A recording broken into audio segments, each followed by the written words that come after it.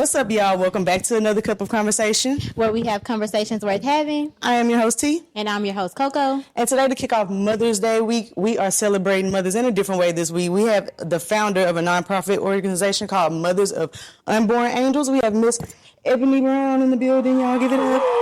Hey, girl. How you doing today? How you feeling? I'm good. How y'all doing? Good. So first, we're going to start off by just toasting with the people at home and really getting a little sip of conversation so we can get into it. Okay, let's go. All right. Cheers to everybody. Cheers. Oh, sorry. Yes, cheers. Cheers. Cheers to Mother's Day. Cheers to mothers. All right. So first, we're going to just let you give us a little bit of background about yourself, you know, kind of get into why you started this and what brought you here today. Well, I've had 4 miscarriages. Wow. I should have brought the tissue out. Yeah. No, for real. Please, no. So I had 4 miscarriages. I was told that like I couldn't have kids or they didn't know what was wrong. I had like all the testing and everything.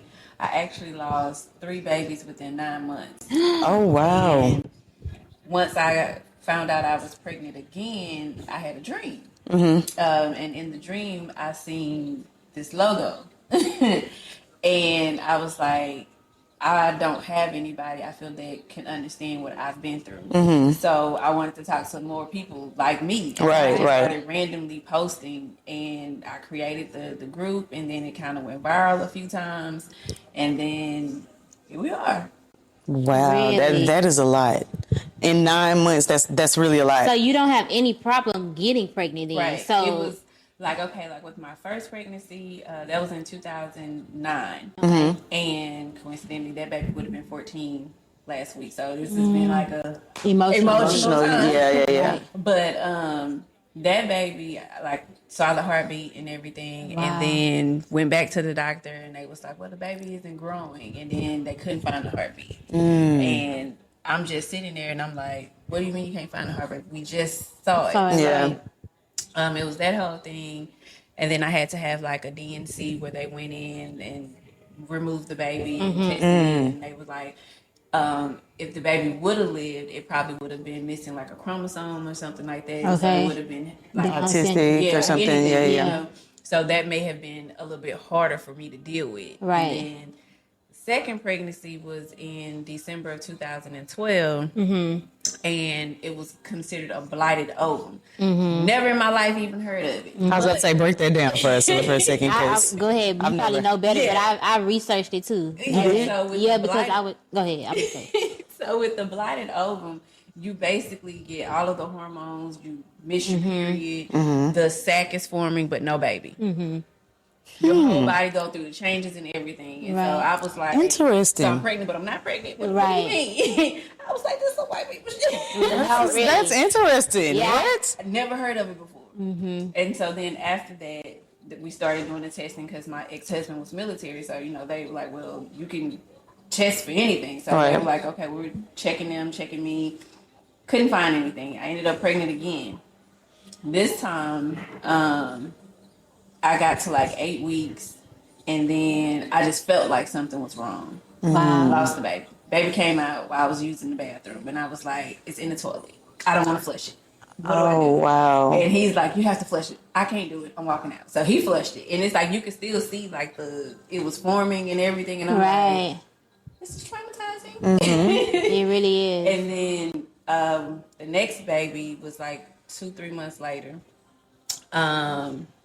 Saw the heartbeat and everything seemed fine, but it was developing slower. So I was like, something got to be wrong. So they just would monitor it like really closely. And then I lost that baby. And then I was like, I remember after I lost that first baby, I had a dream. And in the dream, I lost the baby, but I ended up having another one. And in the dream, it was like God was telling me, okay, well, I'm going to bless you twice for your trouble. So I had to hold on to that to keep me trying, because who would want to keep going through right. It's traumatizing within itself, and it's very hurtful, because you're like, okay, well, what's wrong with me? Right. And then you that's always the first question. Right. Especially being married too. Like, you know, Because it automatically it's the woman. Like, you know, even when you're trying to get pregnant and you can't, it's always like, girl, what's wrong with you? You ain't, you know what I'm saying? So, you can't give your husband a baby. So it's really hard. Yeah, and so after we lost that baby, they went in and did a procedure where they take a look at my uterus and they shaved the uterine wall. Right after that, I got pregnant, and coincidentally, that's right around the time that I had the dream about the support group. Okay, and I felt like I was just going to share my story. Like, I didn't know what was going to happen. I didn't know if it was, going to make the baby was going to make it, if the baby wasn't going to make it. But I just wanted somebody else because I felt like they could understand. I go going through this again. And then maybe, because like my family and everybody was like, oh, it's okay. You could just try again. I'm like, nigga, do you know what I'm doing? right. No, seriously. They didn't understand like the toll it was taking on me mentally, spiritually, because it's like to keep going through something that traumatizing is like, okay, well, how do I make it through it? Like, how do I keep even wanting to do it? Like, then I was like, I don't really want to adopt. I feel like I didn't go through this for nothing. Like, there has to be a reason. So I feel like once I was obedient and did what God wanted me to do, in the midst of that, He blessed me with my daughter. Okay. I did end up having that last baby. She's here. She's everything I asked That's for. beautiful. That's amazing. She's a girl. Boy. Oh, you wanted a boy.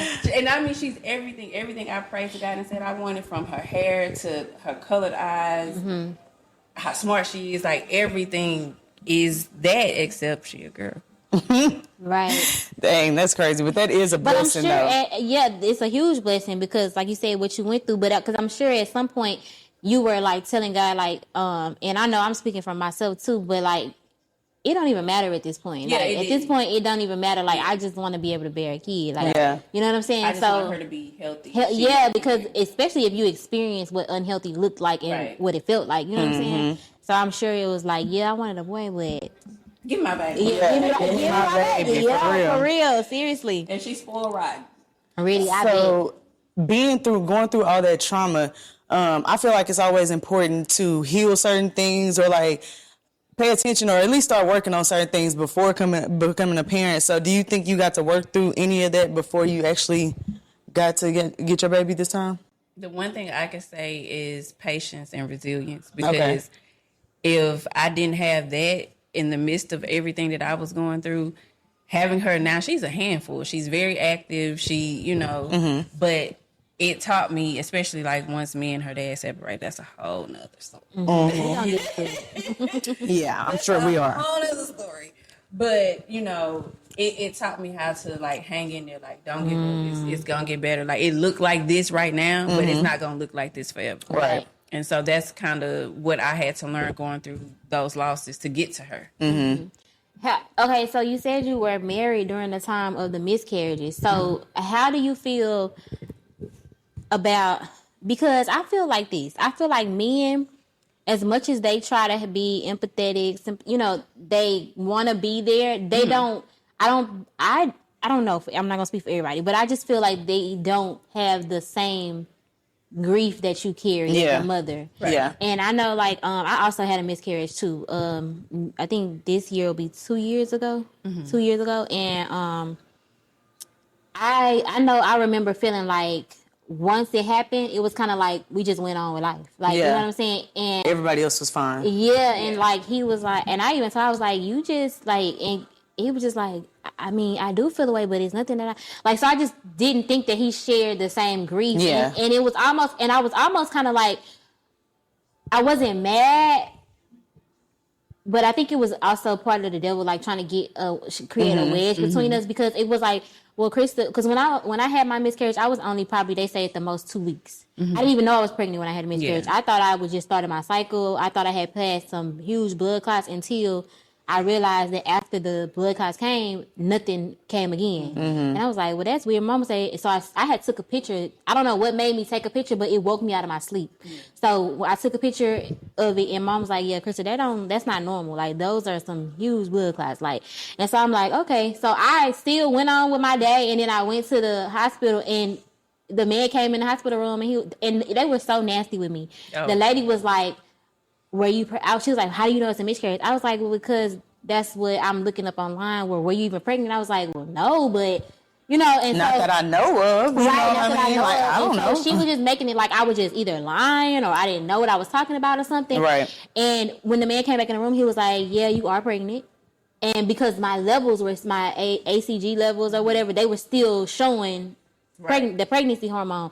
And I was like, wait, what? But then he came right back in and yeah, you did have a miscarriage. So I was like, it was all happening at one time. And I just felt like, well, you can't really be mad at him for not grieving per se, like you would think he would, because ultimately, had you really grieved if you wouldn't have known either? Like, you know what I'm saying? Like, you just didn't know less than 24 hours. Like, the only difference is it happened to your body. Exactly. So I was like, I kind of had to take him out of it and just kind of like look at the facts about the situation. But I still feel that men won't have the same grief as women, especially at those early stages that miscarriages normally happen. Some happen very late in the game. Like you said, your baby had a heartbeat and you can see it forming. You know what I'm saying? So how do you feel about like that dynamic, like a husband, a wife, or just even a baby daddy? Yeah. So me and my ex-husband, we actually had that conversation because I was like, you act like you don't care. And I'm over here feeling like I'm dying. Right. Literally, like I am really fighting with myself, like, because I went through so many different bouts of depression because I'm like,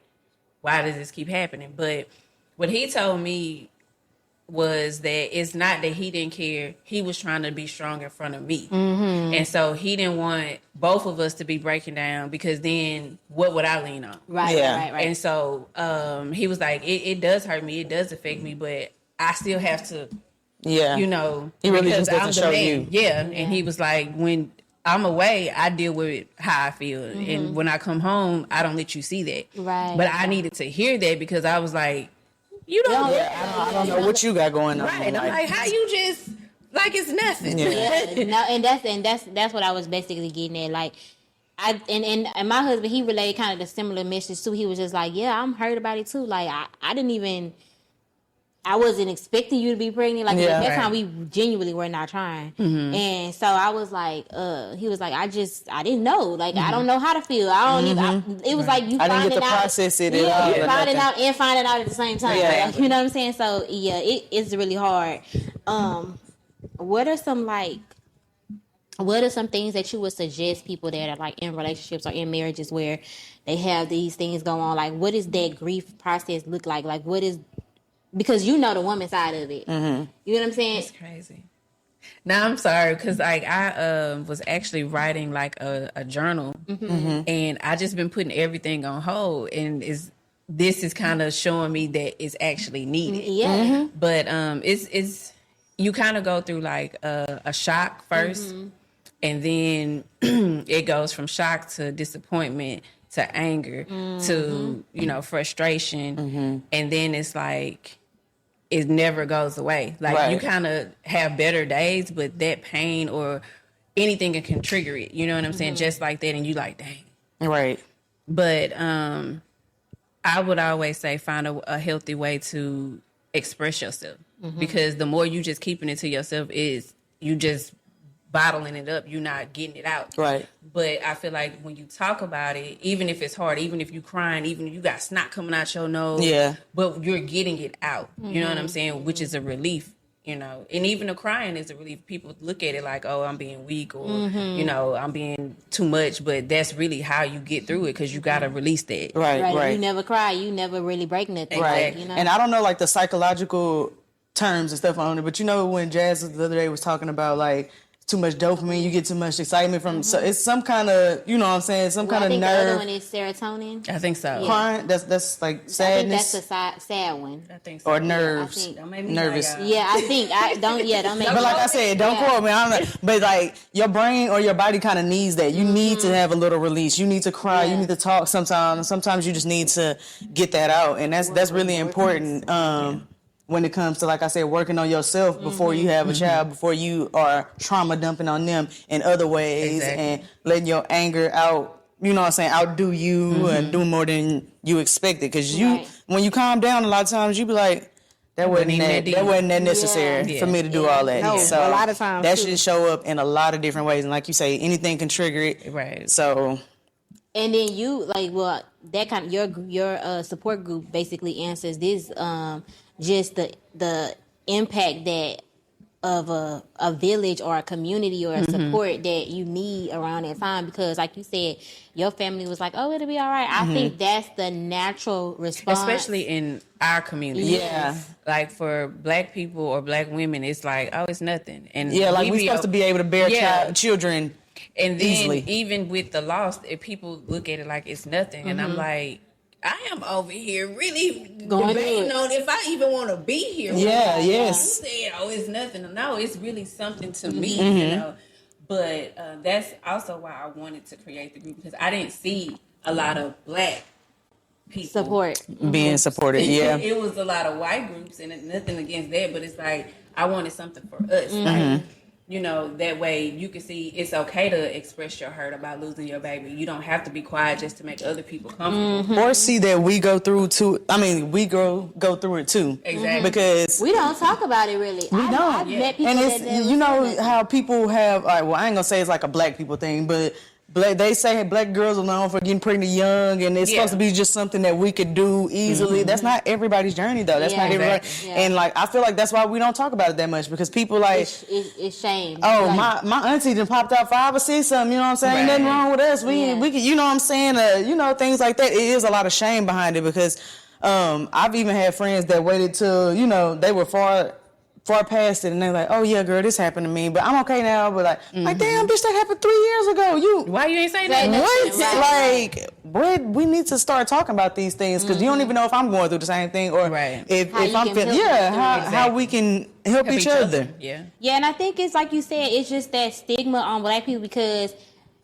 And even it's down, not even just about miscarriage, it's about the fact of like being able to get pregnant. You being able to get pregnant, it just seems like it's just supposed to happen. Something like, to do. You have sex, you're going to get pregnant. Yeah. And I think because we're not educated on different things like PCOS, endometriosis, with me right now, I'm just now finding out about fibroids, the ovulation hormones, the LHS, all of that. Y'all teaching me something, you know because I'm barely knowing about this. Yeah, shit, even having like the fallopian tube test that like just all of this stuff is not blockage in there and stuff like that. Just we're not hip to, I feel like, even like as far as like IVF and surrogacy, like we're not hip to that type of stuff, because that was always seen as like a higher, that was out of your class basically. You didn't have the money to do that. Whole time, a lot of Medicaid and all this stuff covers all of this. You know what I'm saying? So it's just a lack of not knowing, I think, and it makes people shame, especially it makes women shame,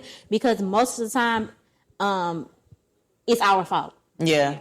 That's what the world perceives it as anyways, and perception is somebody's reality. So, and then on top of that, like, people don't realize that a lot of times it could be the man. Like, exactly, his sperm could be messed up, or he has a low sperm count. All kind of things like it that. always falls directly back on us. Hey y'all, are you ready to take your intimate moments to the next level? Then look no further than Decapade. Yes, with their premium adult toy collection, you can explore your wildest fantasies and ignite passion like never before.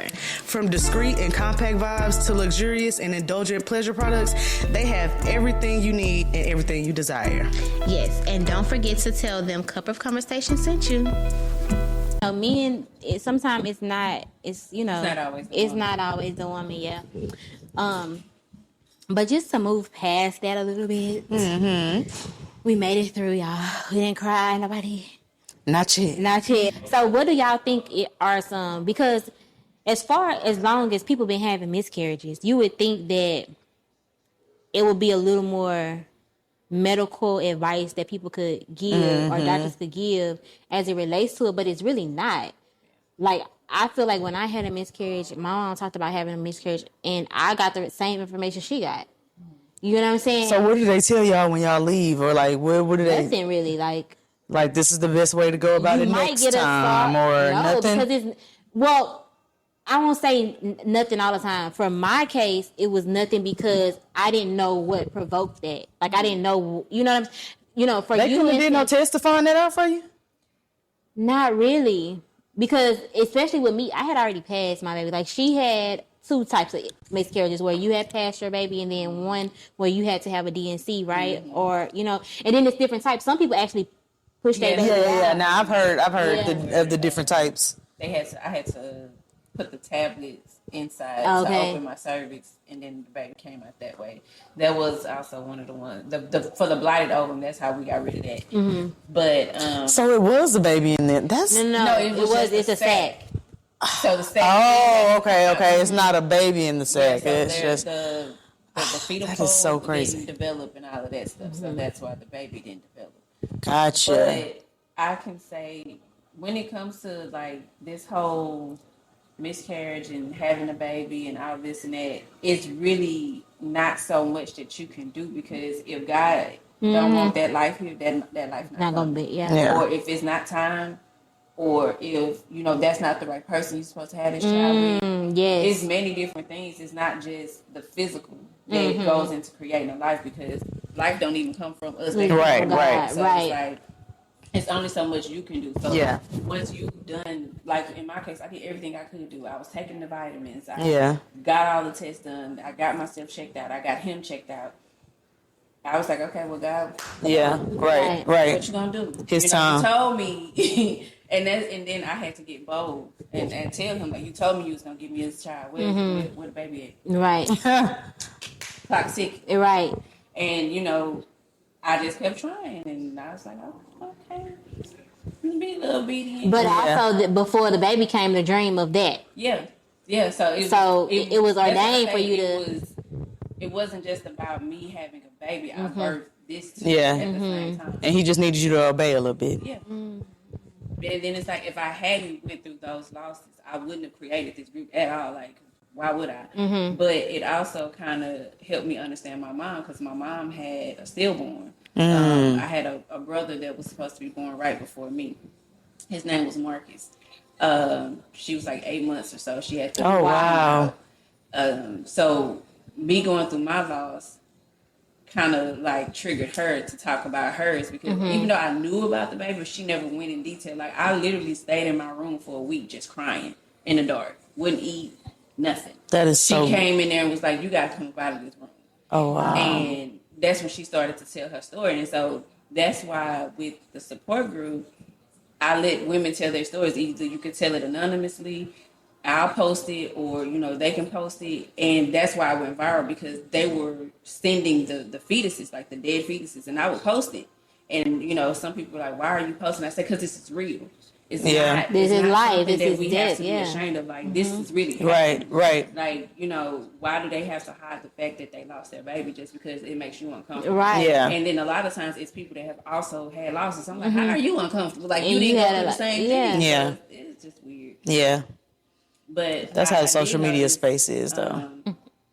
when Very that weird. went viral, it was before like social media was just like this big thing. It was you a know? thing, yeah. And I was like, why is there so many people sharing? It's like I didn't understand what was happening. Mm-hmm. I'm just sitting there working. I just made a post, and I'm like, that thing say you got how many thousand people shared this? Like, how many comments? And then like Right. my phone just kept going and going and going. And then like the guy that used to do like my graphics for me, he was like, it's going viral. And I was like, I didn't say nothing but tell your story. Like, Right. And Yeah. I'm thinking it was like a simple message, like you don't have to be ashamed. But that shows how many people wanted to get it off their chest. Yeah. How many That people didn't wanted want to. it. It needed a reason. Yeah. And it was like Wow. it gave them courage to tell their story. Yeah. Yeah. God was really working with you. That is crazy. Because I mean, your mama shared her story. I All that. gotta put that out there. I ain't no saint, ain't no Bible thumper, but I'm not naive either. Right. Right. What you know is what you know. Yeah. Yeah. The proof is in the pudding, baby. Showed So- you. I want to get into just the relationship part of it, like just like for people that are like going through this, it's like the husband begin to hold some type of resentment. Like, how do they make if you get into a situation with the thought of this is what's going to happen in this situation, but that doesn't happen, i.e. having a baby, having having children, having a Yeah. family, growing a family. And like you say, it's nothing that you can do about it. Ultimately, it's out of your control. You know what I'm saying? It's not like something like cheating. If you just can stop, you know what I'm saying? Yeah, Like, you yeah. can just, make a difference. You can't. And if that's really what I long for, is it wrong for me to leave? To Is wanna it leave, want to yeah. leave? You know what I'm saying? Like, how does that?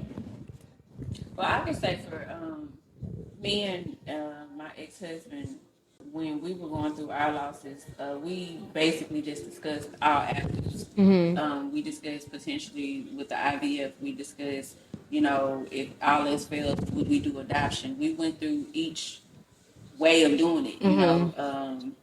But thankfully, we kind of conceived naturally, and I didn't have to go through like the medications and Right. But we still had those conversations because you have to, Yeah. and not only because we're married, but because like we were really choosing to be together. So Right. regardless of The if baby this or baby not. come or not, if this happens or not, we still have to be together. So we discussed what would be best for both. Like, how would you be comfortable with this? Would you, So it got to a point where we did have that discussion about potentially adopting, and we were like, it would be okay. But, the plan was, I want to try this. That's going to be like the last resort to do the adoption. I was even open to surrogate. Like, because it's so many different things you can do to still have a child. Yeah. With your Yours, DNA. right. You just didn't carry it. Yeah. So we explored all of those options. It's just, even though we had those conversations, it still just happened the other way. So I would say you will still have to have open communication, which is needed in any type of relationship. Right. Yeah. So, With any type of problem. Right. So long as you two are communicating and y'all are being open and honest and not taking it personal, because it's not personal. It's okay, this is what we have to do. Yeah, this is the hand we're Like a dealt. hand, Right. Right, so that we can come up with the game plan together, so we're still on the same page. So even when things do go wrong, we're like, okay, but we still know what the goal is. Right. So that would be my only. Do you think that's a conversation? Yeah, anybody can answer this, but do you think that's a conversation worth having in a dating phase? Because that's something you don't know. You can't know until you try. You get what I'm saying? So if you're a person that's... I'm going to say this, because I'm in another relationship now, and I told him up front, like, I want another child. If you don't want another kid, we don't need to deal with each other like that. Okay. And I feel like, why play and bullshit and waste each other's time if we know that we want I agree. different things? And if you could be a man and say, well, I don't want no more kids, I'm for real. Okay, nice meeting you. We can be cool. Right. I'm gonna find somebody that want the same things that I want, because I'm not going to Settle for... compromise that. That's not a compromising situation. That's the non-negotiable. Right. And I just put that out there to him, and he was like, and I was like, and I'm not finna be with nobody for no 10 plus years, so figure it out. Right. I was like, I am a wife. That's probably why I've been married twice. But hey, I will divorce your ass if you be bullshit. Right. Look, ain't no shame in that, baby. Ain't no shame in that. Try till I get it right. Look, I know that's right. But it's really just the communication. Like I would have that conversation with anybody. Like even the guy that I was dating before him, he knew I want another child. You don't want no more kids, we don't need to even go. Let me know now. Yeah.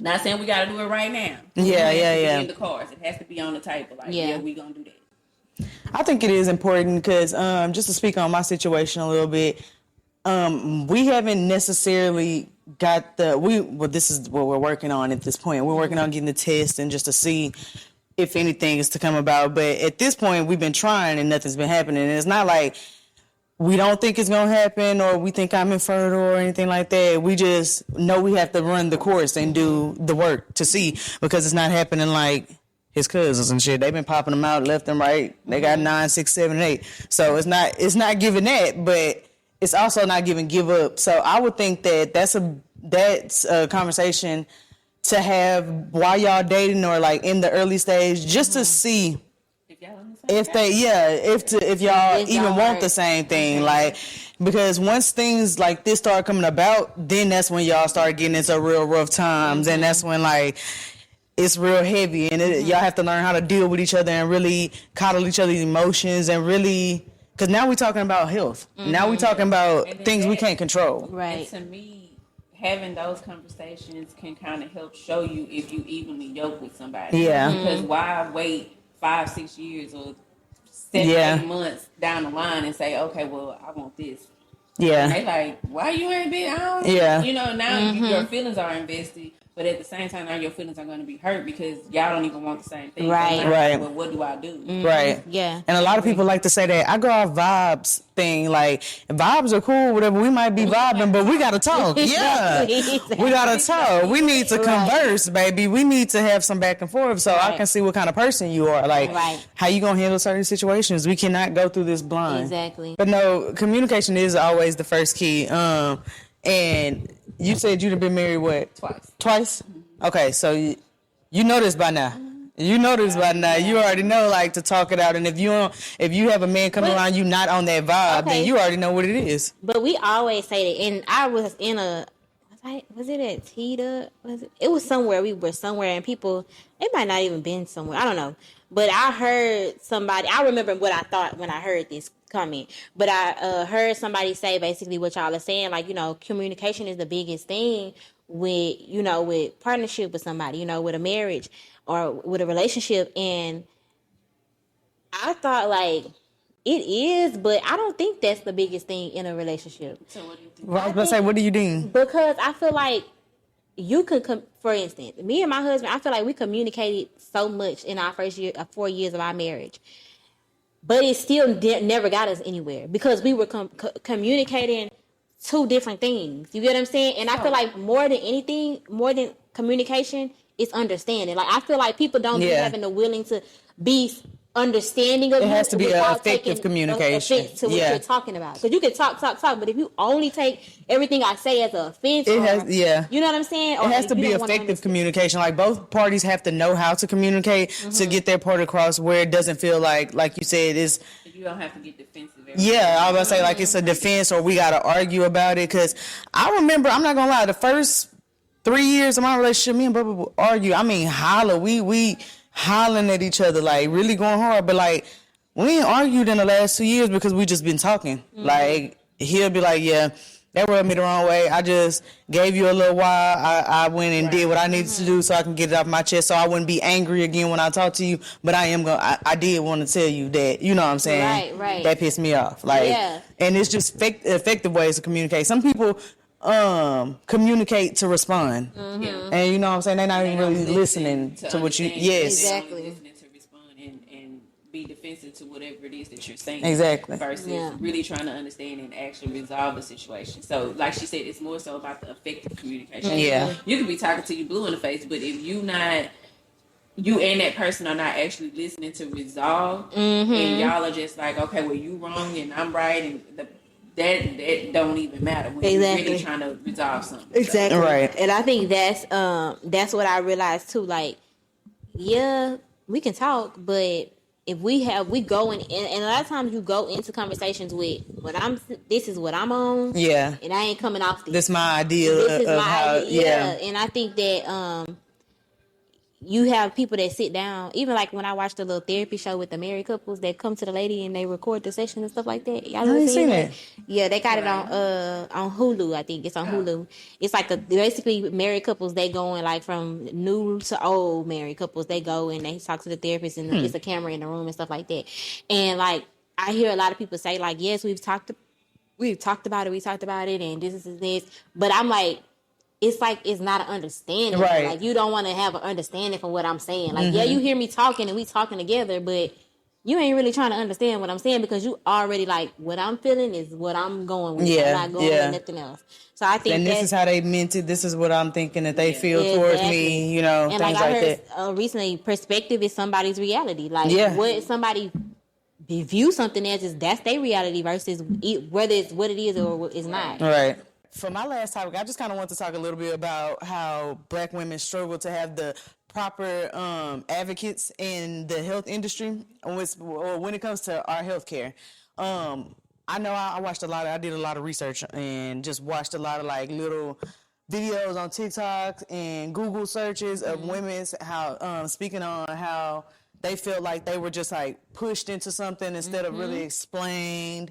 And so do you think like your time in the hospital, like your experience in the hospital, or did they push you to certain things or not really explain certain things to you?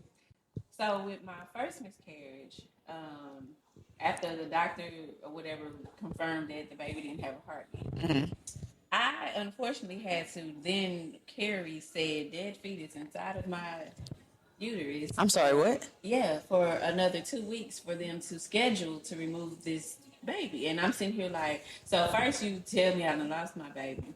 Instead of you go ahead and just. I was just gonna say you couldn't have got nothing So I went to the emergency room and they told me they couldn't touch me. because you had already went to another hospital or something. I was like, I got a dead fetus in me. What do you mean? So it was like, ain't nobody gonna help me? Then Don't tell me you waited 2 weeks for real. I really had to wait. They wouldn't do anything. They had to schedule the DNC at the hospital, And they had no sooner dates. And that's what they was trying to make sure. It wasn't nothing about whether they can have the schedule or not. It was the insurance. They wanted to make sure that they was gonna cover it. And I really hate that about the medical industry because it's at the end of the day an industry, a business. Mm-hmm. You know what I'm saying? Like they treat it as such too. That's it. And then like even recently, I had fibroids removed on November 1st. Now I can honestly say like the doctor that I had, she gave me all of my options. She said, well, we could do where they go in and like just cut the blood supply and all this other stuff. She was white. She was, what is she? Indian. I think so. Mm-hmm. But she gave me all my options, and I was like, well, I want to try to have another child, even if it's just one. Mm-hmm. So let's remove them. Mm-hmm. And soon as my uterus is healed, we getting busy and getting my baby. I know that's right. But the surgery was fine. But I ended up having complications after the fact. I ended up having like a bowel obstruction. I ended up back in the hospital. That's when I thought I was going to die. And I was in there and like, you know, with the bowel obstruction, your bowels are coming out of your mouth. Oh, no. Yeah, you can die. Yes. Yes. And so at this point now I can't eat because it's not going the right way. Lord. And I'm in here, like I had to get my family to come up there. My boyfriend came there. Everybody, you know what I'm saying? And it got to the point where I literally text my mama and I was like, Mama, if y'all don't get me out of here, I'm going to die. And I felt like it. Like I felt like I was just deteriorating. I'm like, I'm losing weight at a rate that I've never seen before. Like I lost 15 pounds. So you don't think they was doing what they needed to do? They was not. Okay. Here's the interesting part of all of this. So I figured out what would make it where I seemed healthy enough that I could walk out. Mm-hmm. Got them to release me. I went and found my own person that deals with the GI doctor. And all he gave me was some goddamn promethazine pills. I said, so you mean to tell me I'm in here about to die? They got all these people, all this staff in this hospital, and nobody thought to give me some damn promethazine pills? That's all I needed? That's all you needed? That was all I goddamn needed. And I was pissed. Because I got some of them at the crib from I think my boyfriend went to the hospital. I think we got some of them goddamn. What happened was from the anesthesia, like your intestines can go to sleep. And they needed to be basically woken back up. And that was it. Oh, wow. That man didn't even really look at me. He just was like, oh, yeah, your intestines sleep. We'll give you this. Take this prescription. Really? It's all a business. And then it's all a business. Because how long did you stay in the hospital before you went to him? Before you were good enough to leave? I stayed there a week. A business. What, you know how much your bed costs? My bill, when I got about the bill, it was over $100,000. Do you know how much your bed costs a night? Exactly. It don't matter. They're going to charge you for eating, though. I said, what's crazy is y'all keep pumping me with pain pills. I'm not in pain. Like, I'm not hurting. So, I'm not taking this. What's the point of me taking it? Then I was like, I'm uncomfortable because I have the end tube down my nose, sucking everything out my stomach. And I'm like, my throat hurt, but I can't drink nothing. Right. I'm thirsty. Y'all got this IV, is not doing nothing. My cousins had to like tell them like she needs some type of vitamins. Y'all need to give her supplements because she's not eating. And I'm like, they trying to kill me. I told my mom, I was like, they in here trying to kill me. It's about a bill. I should have never started watching The Residents, y'all. I really shouldn't have. I don't know if you making you feel like it's just all game. It's all about. That's all it's about. It's all about $1. Like that bed cost a certain amount, so they kept you in there just as much as they had to make sure. Tell them that she was gonna sue their ass. Yeah. Get the moving. Yeah. Something. Stuff like that make a move, but other than that, no. Yeah, my Wow. mom came raised here, and that's when things started to shift. But I was telling her, I was like, nah, look, I'm gonna get it. I'm gonna fake it enough To get out. Take me home. Right. Let me get up Let out me of here. find my own help. Yeah. Yeah. That's crazy. Do you think that with your next pregnancy you'll have a doula? No. No. You're not thinking about it at all? I thought about it. My only thing is I don't like pain, and You ain't gotta have it at home. You just give me the meds, knock me out. Right. Like, okay, so for instance, with Chloe, my daughter, I got to 3 centimeters, and I was like, yep. you want Give that me shot. drugs. Yeah. Really? And I went to sleep, woke up, and they was like, "Oh, her hand's coming out." I was like, "Okay, let's go." You know, and I felt nothing like, but I got to actually enjoy the birth. Like, I don't want a stressful delivery. Okay. Not saying with the doula it would be. It's just I just rather not.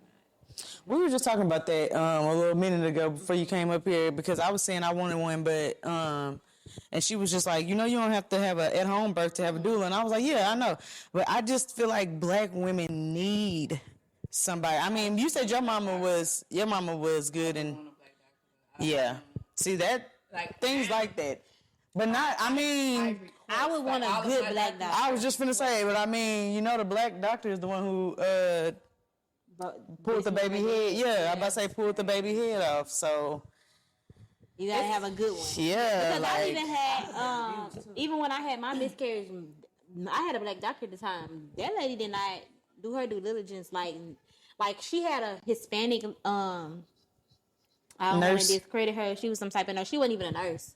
Because I remember her, and I won't say where it was. She was like a medical assistant or something like that. And literally, like my doctor knew that I had a miscarriage. I went on, she was supposed to be checking me every so often to make sure that the levels went down or whatever. Because I can't remember what was happening still. Something was happening still that alarmed the hospital. They were like, you need to go back and check with your doctor. It was because I was still bleeding.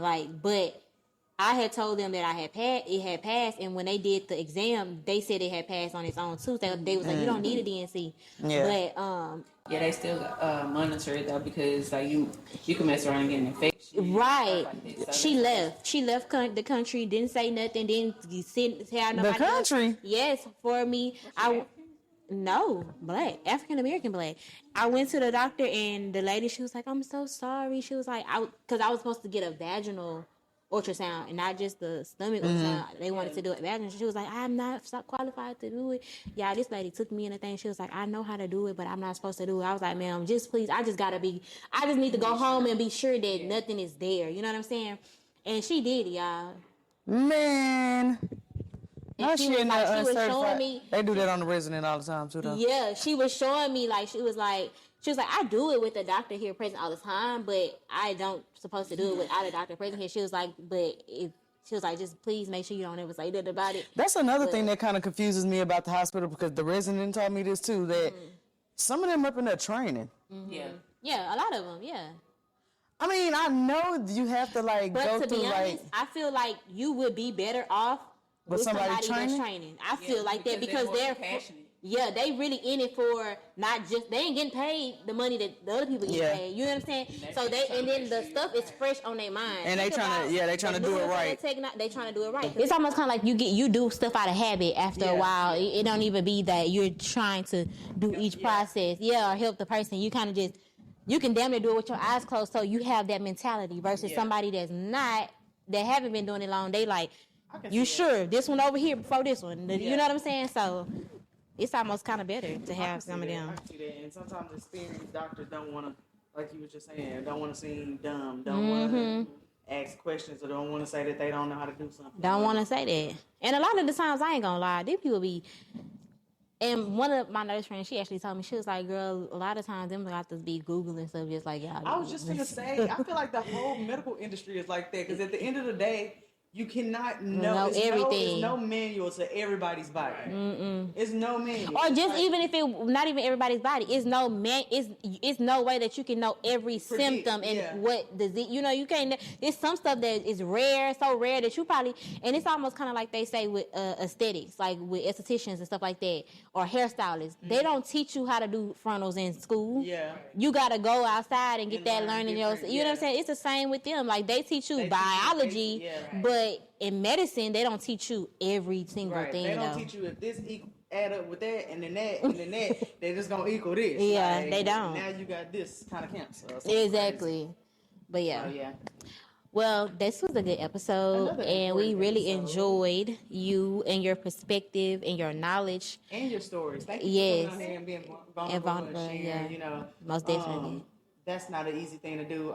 You already were daunted with a hell of a task by just already carrying through that many and experiencing experiences and going through all that. So I do applaud you for your courage and your big girl. Yes. You still standing up and you still doing this. You standing up shit. So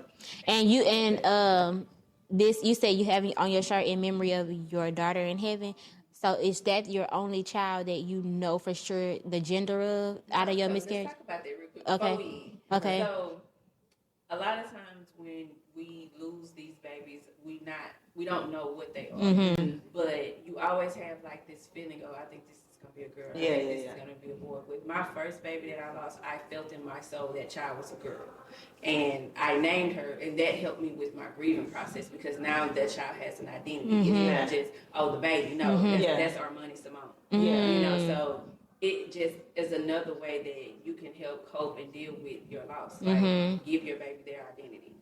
I like that. Wow, and that's crazy that you said that because I don't know what the gender of my baby were, but I swear to God, like I believe that they were twins, and how it happened, it was just like giving birth to a twin, like one come after the other. Like I had literally two sacks. Two big old clocks. And I showed the doctor the pictures of it, and he was like, he was like, you had two of these this size? I was like, yeah, they were both like this. And he was like, it very well could have been, two twins. And I really just deep down in my heart, I feel that way.